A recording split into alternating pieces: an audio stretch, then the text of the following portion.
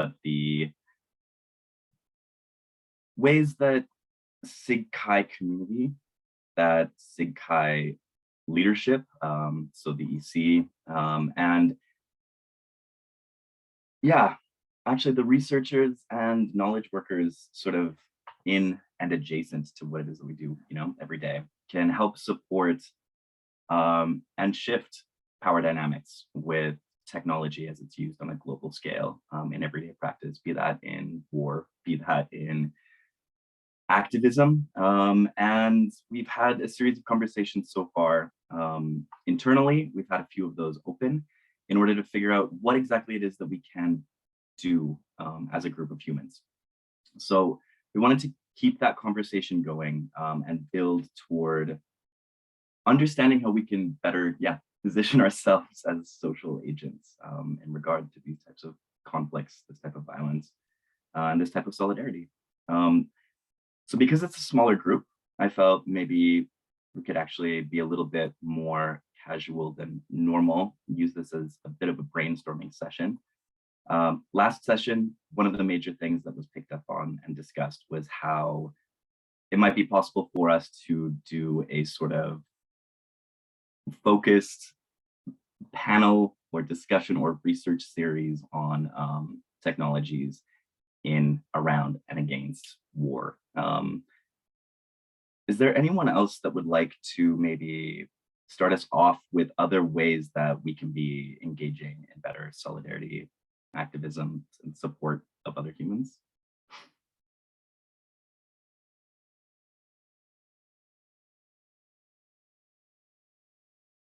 You don't need to all talk at once.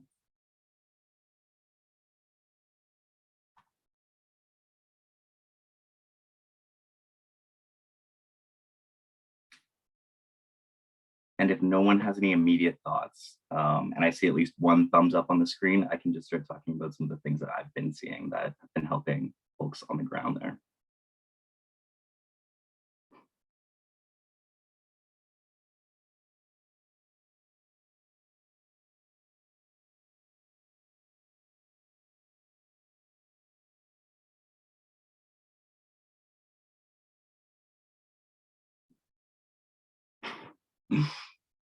Okay, so in terms of what's been happening with, not just Ukraine, I think, but Egypt, Syria, we've seen an incredible amount of very effective activism from global citizens taking place. There's been some great stories and research looking at how different methods of transportation, for example, for refugees from different countries can be organized during times of crisis.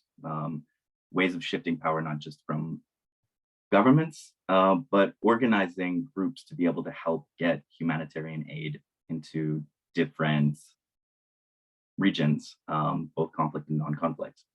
I think there's been donation campaigns that have been incredibly successful. There's been awareness raising campaigns, collecting documentaries, stories, tweets, personal experiences on the ground to better humanize what it is that's happening. We've been seeing a lot of technology used for purposes of being able to get food and equipment to folks that are in need.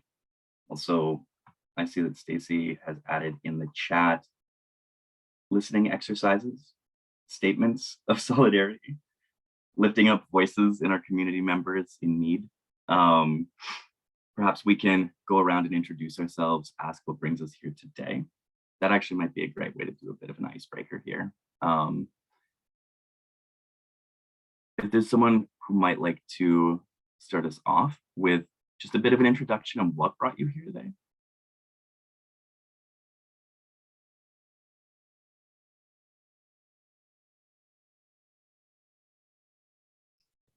Tammy? I can start. Oh, Stacey, I didn't know there was going to be popcorn. I would have come for popcorn, but I think you meant popcorn around. My name is Tammy Clegg. I am on the executive committee for SIGCHI. So I'm the vice president of communications. And I I have come, of course, in that capacity, but also I'm very I've been very connected to the conversations around this, and just wanting to see like how can we respond now when all of our we're seeing all of this everything that's happening in the Ukraine. And also like how can we respond now, but then how can we set ourselves up and set up infrastructure within SIGCHI so that we can respond to other issues down the road. So I think that's like my that's one of the things that I'm hoping to hear from people, like what people want to, what people's ideas are, and how people see I think ways that SIGCHI can contribute or participate. Thank you, Tammy. Susan, would you like to go next? Sure. If I can figure out how to lower my hand. There we go. So I'm Susan Dre, and I'm the Associate Chair for Partnerships. And I'm here as myself because I'm very concerned about both what's going on in Ukraine, but also what has happened in the past that perhaps we haven't done similar things for. We need to think, as I agree with Tammy, that we need to really think about how can we respond going forward.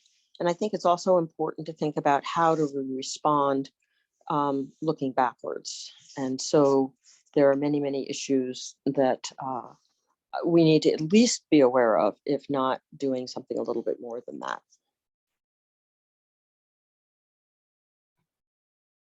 Thank you, Susan. Is there anyone else who might like to take a moment, introduce maybe yourself, why you're here, some of the thoughts, or I think we have space for the feelings that people are having as well. Nikki? Hi, I'm Nikki Giffinovitz. I'm currently in Florida, sort of retired student, but I'm very interested in, well, I hope the forthcoming discussion to hear how we who are in the information business can respond to well, extreme forms of censorship currently happening, but also information manipulation, as we know, is happening in this country, in the States. And I mean, we know it's happened elsewhere in wars and similar situations in Syria and Egypt and so forth. But also how I don't know how to answer this question, how we can respond in terms of migration, but also refugee information needs. I know we have looked at this CHI across borders, but how we can possibly expand the bubble into a far more live emergency as it were, as best we can, respond as practically and immediately to clearly to censorship and lack of power and equipment and huge information needs. And I'm just following somebody on Twitter who is doing a remarkable job trying to feed information to Africans who are trapped behind the lines in Ukraine and just cannot get out because countries like Poland won't let them in for all sorts of racist reasons. But anyway, that's another whole dimension of information. So that's introduce myself. Thank you. No, that's perfect. And I think that expands our scope in a way that we need to. There's yeah. And talking about a lot of this, it's come up that on the one hand, there is a history of SIGCHI being involved directly in this. There's ways that we, through policy, structure how intellectual property is managed and regulated. Ethics on a global scale is a lot more complicated. However, that doesn't mean that's something we should be shying away from, and how information is treated, used, disseminated, warped in different ways through the technologies that we're involved in researching and creating.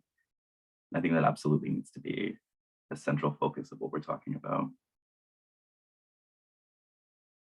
Is there anyone else present who might like to just sort of introduce themselves, a little bit of why they're here, maybe some of the things that they've seen and work. Okay, yeah, Stacy in chat has said, I have to be on audio video mute right now. I'm Stacy Brown. I'm the AC for accessibility for the SIGCHI EC, and I'm here because I'm deeply concerned about silence in the face of authoritarian regimes and violence. I want to know our community members' thoughts about that and what levers SIGCHI has to respond to our community's needs.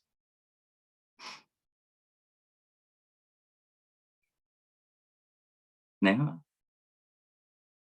Yeah, I can go next. Hi, I'm Neha Kumar, and I'm SIGCHI president. I'm here because as I think about increasing levels of war and conflict in the world, I've been thinking about what role SIGCHI has and to what extent can we take action in defense of our researchers and research. So thinking about people not just as knowledge workers and also as people. And that's something that I think we're increasingly becoming accustomed to doing as we think and talk more about things like people's mental health needs, for instance, or looking at refugee crises and all of the topics that the SIGCHI community has been getting into. And so I don't think that this is just about the research, but is also very much about the people.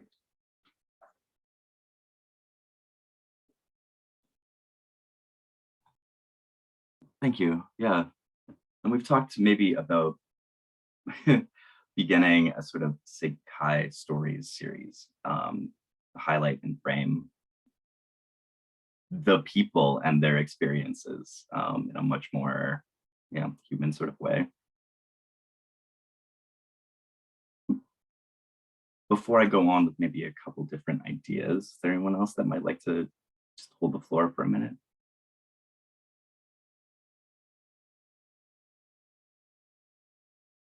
Okay, so in terms of what I feel for myself, actually a bit drawn between personal roles on, say, the EC, on a more human grassroots level, given the activism and the sort of social justice work that I do, and the personal connections that I have. I've got family in Ukraine. I've also got family in El Salvador, and there's been between those tensions in what this has all brought about with, the necessary focus on what is happening in Ukraine, but also deep mourning, sadness, sometimes bitterness, sometimes resentment for the amount of lives lost with so much less press, media attention, support, currently and in the past. But it feels like, for myself, it's actually very clear on like an individual level what I can do. I feel like it's a lot more complicated, to be candid and transparent, what I can do as a member of the EC. There's listening, there's creating spaces and events for this. There's been discussion within the EC about, formal statements, formal methods of support that have concrete results. I actually, because we have such good representation from the SIGCHI EC here today, would be curious how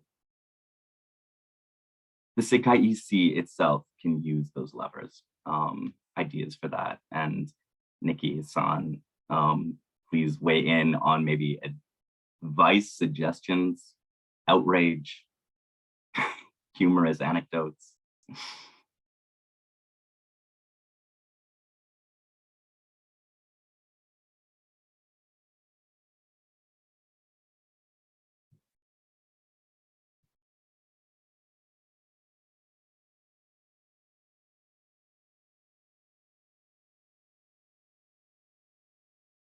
Nikki, I could see that you might be speaking. You're just on mute. Yeah, no, I'm sorry. Thanks for the intro, Cale. But I sort of feel, I really feel at sea here. I just like don't have and the EC might have, and maybe they don't, windows into how anybody else has ever done anything, reaching out of the academic realm into the practical everyday realm. I mean, we all do our practical everyday things like, sort of donating, but I don't know of if anybody knows of anybody who's done something halfway between, other than issue statements of solidarity, which at the bottom of our hearts we feel is just great but useless. Susan?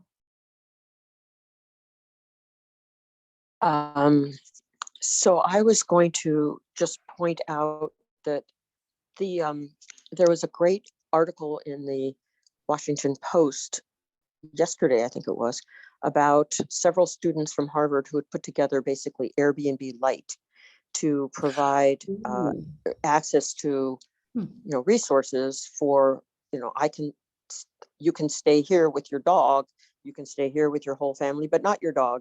I'll take your dog, or you can stay someplace else, whatever. So that people, and it's in like 14 languages now, and there are people from all over the world offering places if people are able to emigrate to a variety of different countries, which obviously not all countries will invite them in. But so that kind of thing, which is very quickly done and very targeted, I wonder if that's the sort of thing that we could encourage people to apply for a development grant. I don't know if that would cover that, but maybe there's a way to actually support this kind of targeted application or whatever that could help, and that could also therefore be usable and useful. Awesome. So development grants, maybe looking at ways that things could be funded, grant support. Exactly. Hi everyone, my name is Hassan. Let me turn on the video. Hi. So I had a question regarding this Airbnb Lite project, and as Susan discussed about it, I was thinking, like, we have to be concerned about the safety of this project, as in it could lead to other problems in the worst case, like organ trafficking, human trafficking, and stuff like that. So is it also, Susan, is the security aspect of this project also discussed in that post? That's my question. What I saw said that the specific locations were being kept secret until such time as there was an actual interchange. You raised very interesting questions about human trafficking and things like that, and I don't know whether they've thought about that. I suspect they haven't, given that they're students, and I don't like undergraduate. I almost said elementary, but you know what I mean. They're young, and therefore I don't know that they would have thought about that. That's probably very ageist on my part. Please don't jump on me, but I suspect because they're going to get it done very quickly that may or may not have been part of it. But that's something important I think we should encourage, but not at the expense of getting something done. Yeah, Susan, I saw the CEO of Airbnb interviewed on television. Not to sort of dwell too much on this idea in particular, but he had liaised with an international humanitarian organization, and he wasn't doing it on his own. He had he sort of said, well, Airbnb is going to give X sum of money to subsidize willing homeowners and actually and pay for a lot of expenses like food and stuff added on top. But this was all in liaison with somebody from one of these global health organization. So he wasn't winging it on the company's behalf. So anyway, but I mean, it's a lovely idea. Just though to sort of, just in terms of the eye, keeping it eye, I don't know if there's some sort of international telecommunications field that we could jump in on, or Yeah, communications security, I think, is an excellent thing to be pointing to. Tammy, if you had anything you wanted to add, please go for it, and then I can say a few things.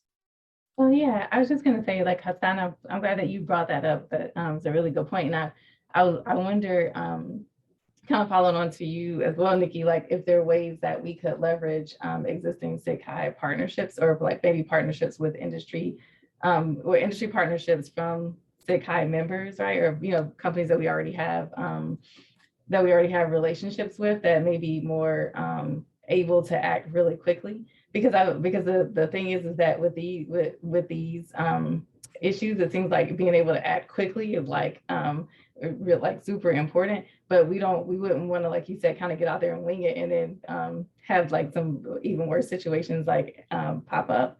So I wonder if maybe thinking strategically about partnerships to have in place would be a way to set up the infrastructure, right? So that. Right, and sort of make it very broad, think very broadly. So we're thinking about Africans in Congo or the Rohingya or something like, you know, sort of thinking elastically.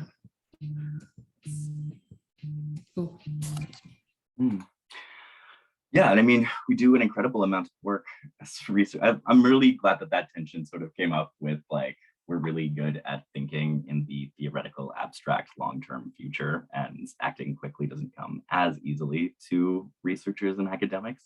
But I mean, the rapidity with which we've seen, for example, and I believe, and correct me if I'm wrong, it was activists in Egypt that set the precedent for this, and it was replicated on a quicker scale in Ukraine, but putting together guides for safety based on what technologies of war were at use, advice and information distilled into very easy to read packages of multiple languages for how to secure food, how to secure proper shelter, how to identify when, you know, an attack is coming and then what to do. These are things that I think we've seen a lot of just individual citizens doing and distributing across social media, across and through technology. It makes me think of a much bigger ask, which is that, you know, we have as a standard and norm in our field a necessary limitations section, but we don't have, you know, a necessary ethical implications section for the research that we do. In an immediate practical sort of way, yeah, I mean, we can draw so many lines between what we do in the norms that we set, but like where in reviewing or mentorship, for example, are we scaffolding discussions about how this can be used in aid for people immediately? How can this be misused? Nikki, you brought up the misinformation and twisting of knowledge and news, and we've seen the results of what happens when that's sort of left rampant. Yeah. Are there other thoughts coming to folks' minds? This is mostly a brainstorming session, and we'll structure the next one sort of based on an accumulation of all of these ideas that have come up, and how we can bring them to action. But yeah, Hassan.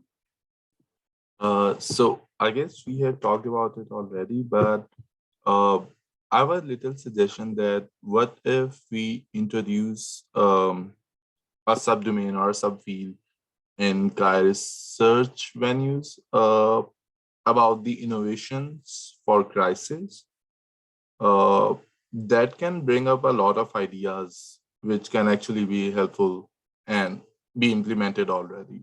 So that's something I thought would be of some benefit for these people. Absolutely. Yeah. I mean, we have dedicated special panels for so many other areas of equity. That makes a lot of sense. Susan's added in the chat, how can we leverage the information of people in our community who are doing research in these areas? What resources can/should we provide to our members and others? And I think that is a very workable solution, because we have those domains of like setting up funding, creating platforms as part of what SIGCHI does. Directing it toward those who are working in that area makes a lot of sense, I think.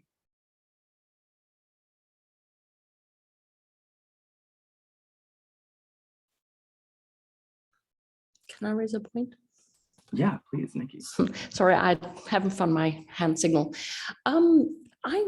It just occurred to me, just seeing on Twitter how the US military, sorry, just to go back to this, have been feeding information to the citizens of various cities on how to purify water and store water and make tunnels underground and avoid bombardment. And it's sort of done in diagram form and distributed one way or another. And it just occurred to me, I wonder if some of these global agencies have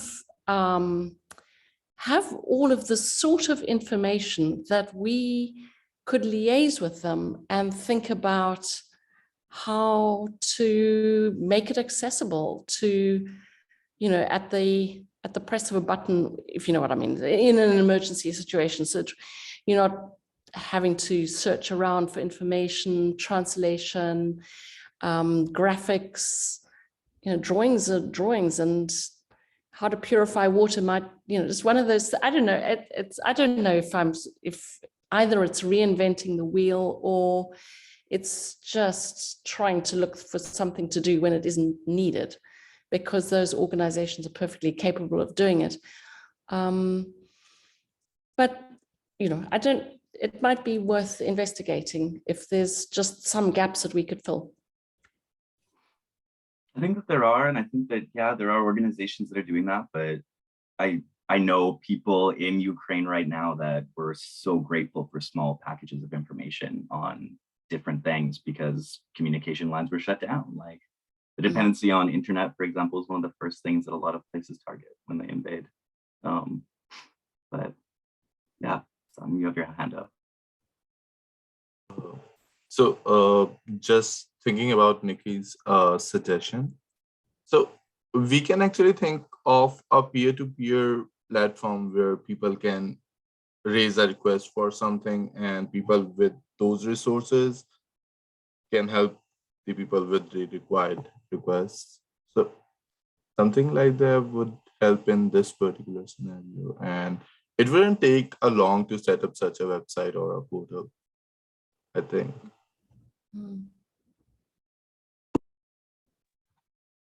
Would this be distinct from, say, like Telegram, Signal, other encrypted sites for messaging?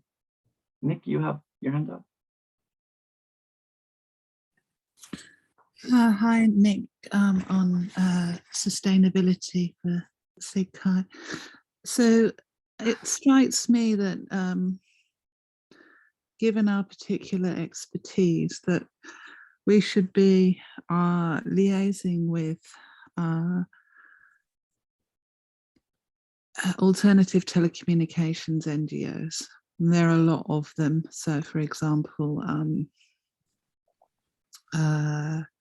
work that I did in SIGCHI, we had a peer-to-peer system which goes from phone to phone and sends messages around, right? So you don't need the internet.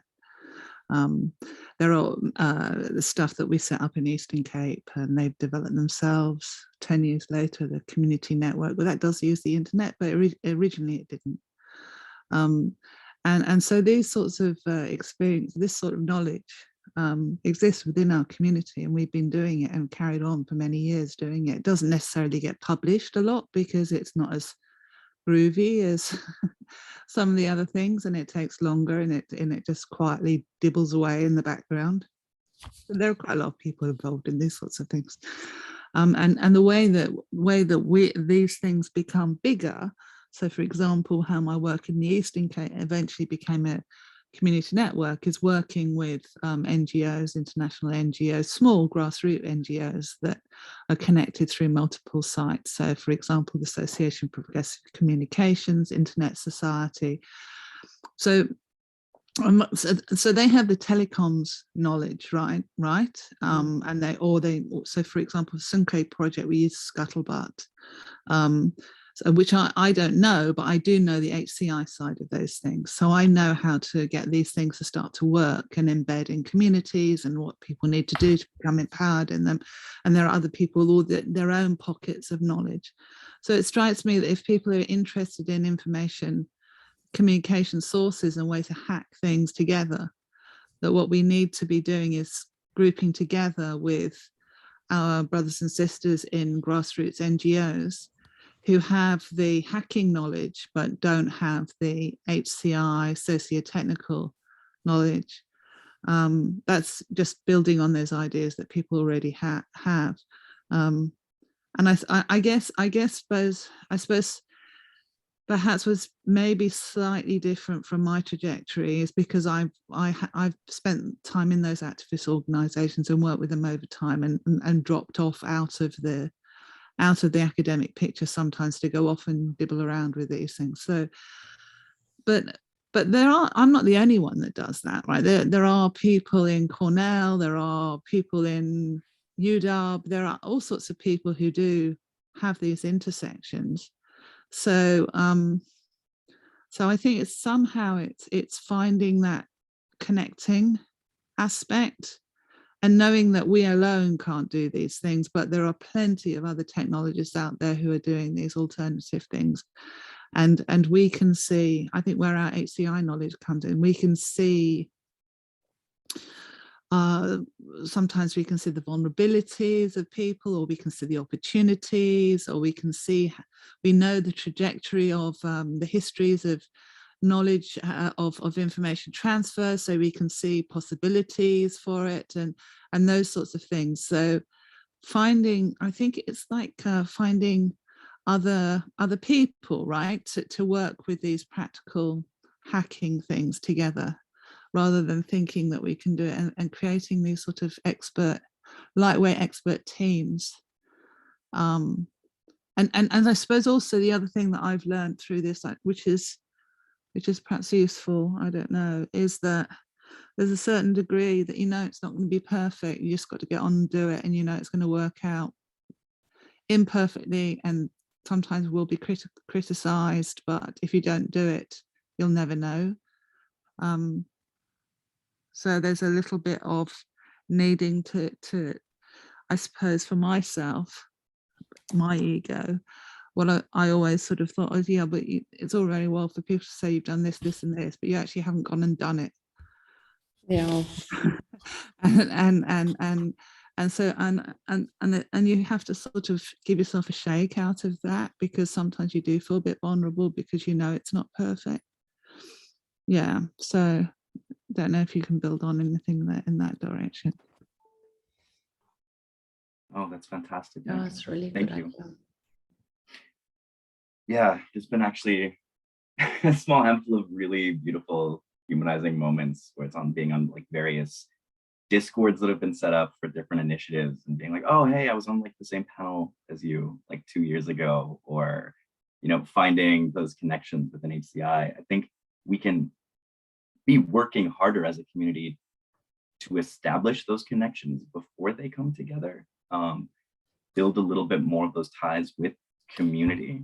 Susan, do you have something on tap? Yeah, that's relevant to this. Do we know who our Ukrainian members of SIGCHI are? And can we check with them and see what's happening in their world? Good point. I think on a personal level, a lot of us who've been able to have been doing that, but no, I don't think that goes back to some of the questions we've been talking about with demographic collection and the hazards and benefits of it. And then there are questions of, you know, we can see some potential benefits to knowing what various members within our community are going through, but also there are potential harms with that type of information collecting, data gathering. Nikki, did you have something you wanted to add? Oh, no. No, okay. Sorry. Also, yeah, that's not to shut down what you're saying at all, Susan. It's yeah, actually, as like I think a theme has come out between what you've said, what Nick has said, what so many other people have said. It's like there are times where we have to accept that the solution's not going to be perfect, but we can't end up at inaction because, you know, there is that lack of perfection in what we're trying to do. And it sounds like there are at play long-term structuring aspects of what we're talking about, and there are short-term like crisis response structures that need to be set up and put in place here.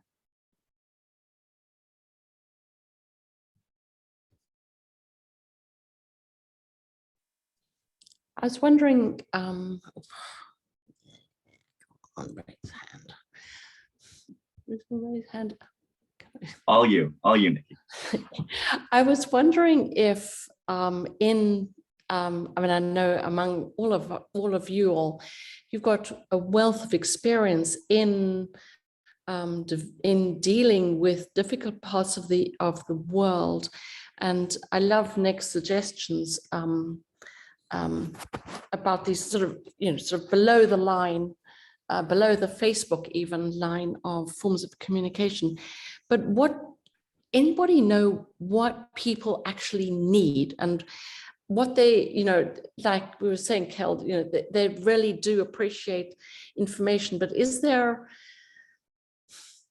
so that's one example. Is there some sort of consistent core of, I mean, you know, are we, or me anyway, agonizing over doing stuff that other people are doing already, or they don't need our level of information, or what? I don't know. I mean, I love Nick's suggestions, but on a global policy basis for SIGCHI, is that what could be needed? I think that's an important question. Nick, you have a response? 100%, Nikki. I mean, I was thinking that for a long time before I even mentioned it. I suppose what I'm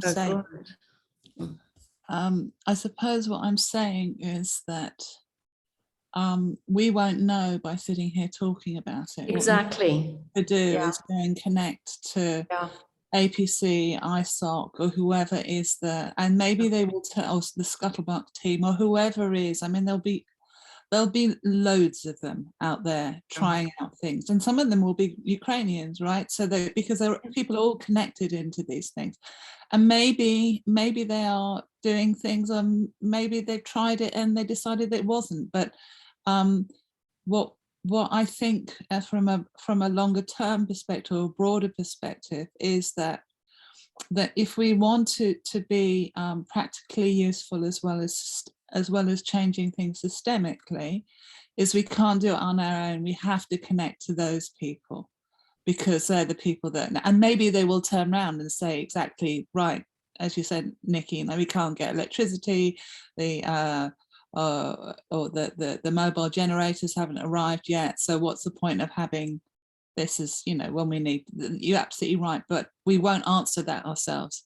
And so I suppose what I'm saying is that if we're thinking about long-term agility in being able to decide whether we can or not be useful, this is where the way that we have to do it is to speak to those people now and later.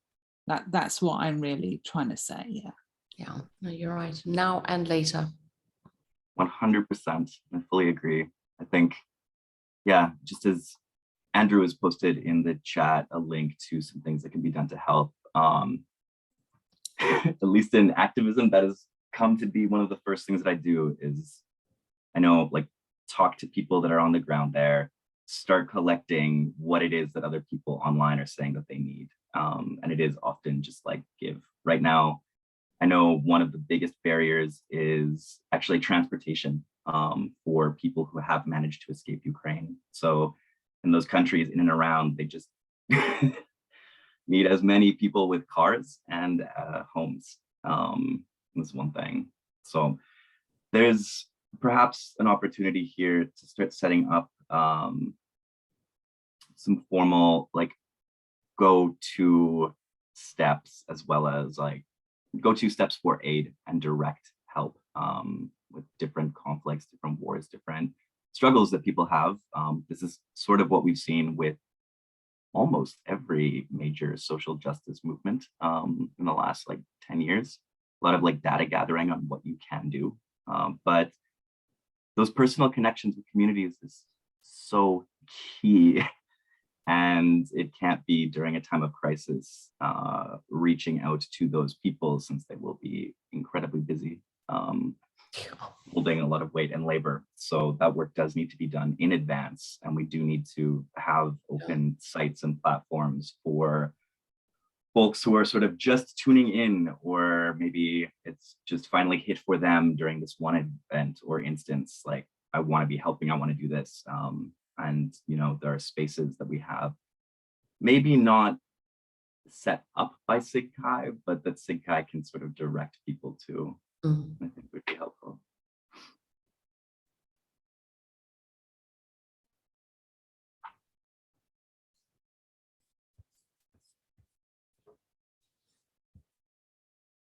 Has anyone, just while I'm thinking of it, seen and the line is blurry between activist and academic, I know, but like in more formal academic settings, solidarity networks, or ways that they've platformed and created structure around how members can contribute in different ways. For example, there was a lot of push for monitoring, using just algorithms and postings, like gathering postings, by scrapings, to see how different troop movements were taking place, so that people could sort of go in the opposite direction, seek safety, seek help. And that was actually being done by undergraduates just in their spare time. Some of them were starting this off. So have you seen in an academic context supports built around these sorts of things, hackathons? Tammy?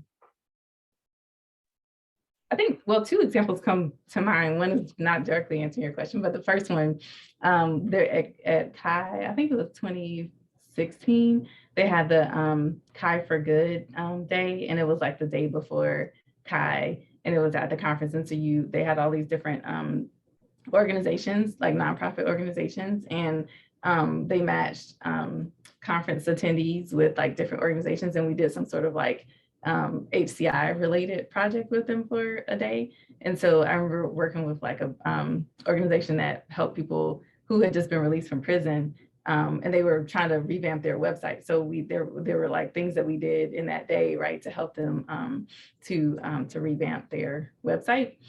And then I would say in a non-academic community, right, in some of the conferences and things like that I have attended, most of them are like religious conferences, but they'll have like food drives or something like that that's like in association with that, with that conference. And so like what you'll do is when it's in different cities, and they'll be like, we're gonna have like a food drive or a toy drive or a clothing drive or something like that. That's in conjunction with it. So as you come, you might go to some stores or bring bring some different, you can of course contribute money, but we could also bring the whatever items they're in need of, and usually they would pair it with like the needs of people in that city. So those are two examples that I've seen, just conference related, I guess. No, that's great. I'm really intrigued by this Chi for Good, and I'm very, yeah. That's a good, that is a good. Where did that go? Yeah. Yeah, that Tammy's idea is a good reminder, Chi for Good, because actually we're going to have other, beyond war, there's fire and there's flood and there's environmental expletive that's coming our way as well. And that's going to leave people isolated and, in danger and panicking and needing support and information.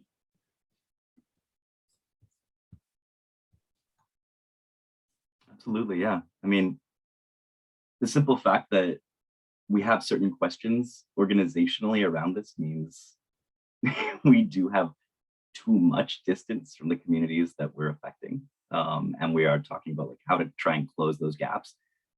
Tammy and Nikki, like actually so many of you have brought up really great points for how to begin to repair and close those. Yeah. So there's conference events that can be supported and put in place. There's ways, I know, for example, with the upcoming CHI, there's a great list of like local shops to support, places to go if you're looking to have like a drink with colleagues afterward, that are run by like local folks. Yeah, there's smaller things like that. Are there non-conference based events, structures, organizations that you've seen?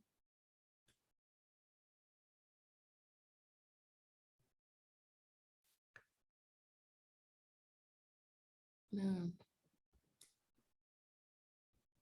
I wonder if having a template of things that we can do once things happen would be helpful, like a list of things that we can respond with immediately. So this is already weeks after the war started, right? And I feel like in just thinking about what to do and talking to people and getting permissions and figuring out when to schedule things and all that, we spend so much time trying to be ready with that, like a checklist and some idea of how long it's going to take to do what, and just instructions. I mean, maybe my solution is always to like write things down and have an idea of what it's going to take. But I feel like some of these steps are probably going to be repeated each time there is something. And maybe we don't have to be doing all of the organization, because there might be others who want to run with it. Like if we just make space for people to talk.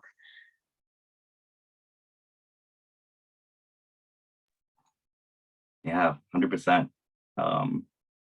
It's that institutional knowledge I won't stop talking about. Like, I don't know if I'm just like an information or data hoarder or what, but like, yeah, it comes in handy because the things are repeated so often. So we can avoid that time of wasting so much time trying to get organized so that we can organize something. One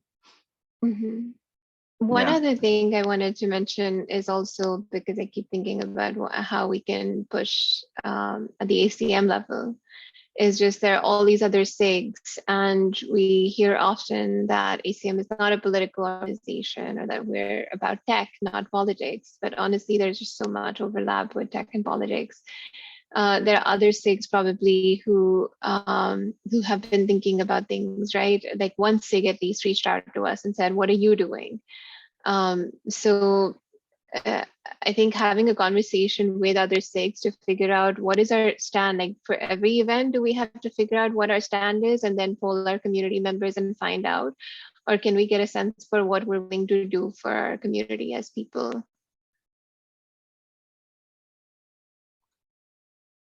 I think that's it. And I think actually that's something that's been repeated throughout a lot of our conversations so far, is like, we are a collection of people at the end of the day. Tammy? I guess it's making me wonder, like, or raise another question is like, what are the things that we can do as a collective, or what are the things that we can, should, or would be good to do, right, as a collective, that's like, hey, this is something on behalf of SIGCHI, right? And then versus like, what are the things that we're like, okay, SIGCHI should open up this space so that people can do things individually.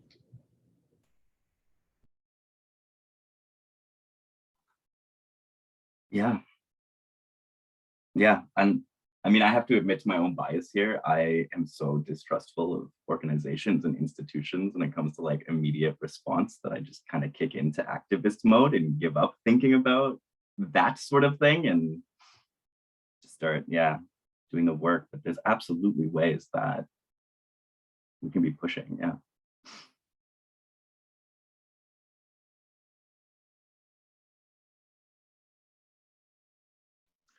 I think it's great that we use these opportunities to learn and grow. And I also feel like that's a waste of time in this moment. Like, can't we do the learning and growing before so that we're ready to actually respond?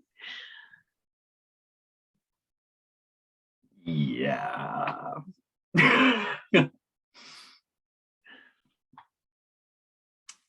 Yeah. But it's like, how do we set that up, right? Like, I was just thinking about, for myself, I know a lot of times it's always helpful for me to have like a deadline. And so I think sometimes it's like, there's, it's useful to have a deadline and it's useful because you need motivation, right? So like, how do we make it so that, that this is what we're committed to acting on, even in the midst of no unrest, right? In the midst of paper deadlines and classes to teach and like all that kind of stuff, right? So how do we set up infrastructure so that becomes a priority or something that we actually do? Yeah, and there's arguably no downtime. If we actually look at history, there's just been like times where there has not been representation of another conflict or another disaster or another enormous event that's been affecting the lives of millions. And so, yeah, that greater awareness, that greater engagement, that greater commitment to people as people, how do we structure that in the everyday work that we do? Yeah. Also with conferences, right? So I remember, for instance, when CSCW gave a week's extension for papers when the Black Lives Matter protests were ongoing. And that was great and appreciated. And yet people got upset saying, well, there weren't these extensions when this happened or that happened, right? And that's always going to be something that we hear, like, when is it okay to do these extensions? When is it okay to give special treatment? Like one time Kai shifted a deadline because a bunch of people on the East Coast of the US had a hurricane and Atlanta was affected by that. I remember feeling really grateful for those 2 extra days, but also there are other things that happen that that haven't seen that. So I think even for conferences and conference leaders to know how to respond, because they're not really trained to do this, right? So when something happens, then they just pick up stuff. Yeah, those intersections are always there. This is as much an accessibility issue as it is like for mental health, as it is for regional conflict. I think that's a really good point. Is this something that we should have a policy about, a SIGCHI policy about? And how would we, I mean, I suppose the question is, how would you decide when you're going to do it and when you're not? But still, I think it's something we should.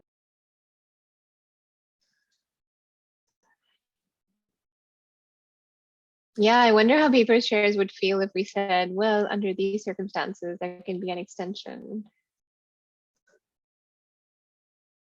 But they've given them, right? For Kai this year, they gave extensions for the final deliverables because people had COVID and such.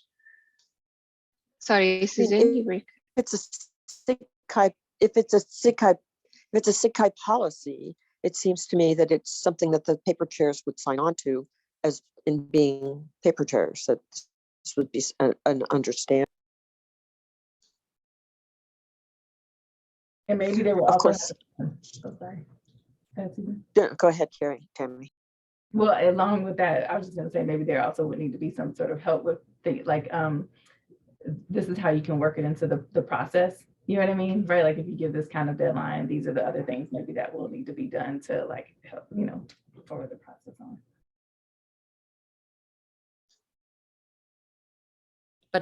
but to Nick's point, there's no time like right now. Just get it done. Don't wait for the deadline. Just do something, even if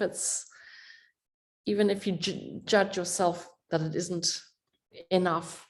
It's something, which is easy to say. We don't know what it is yet. I think that's where, yeah. Again, I'm maybe actually the worst person to be moderating and hosting these specific chats, because I'm like trying to organize around what political line and what type of action ends up wasting valuable minutes. So what do we donate right now? Well, like actually, money, you're food? ideal, Cale, because you're far closer to the hot button, and thank you for that, and for your family. Well, our thoughts. Thank you. And you're probably, out of all of us, the most, as of right now today, the most valuable to respond to what started this conversation off. I'm at least the Nick most. has got the experience in other examples, situations. Yeah. And I think, thank you for that. That means a lot.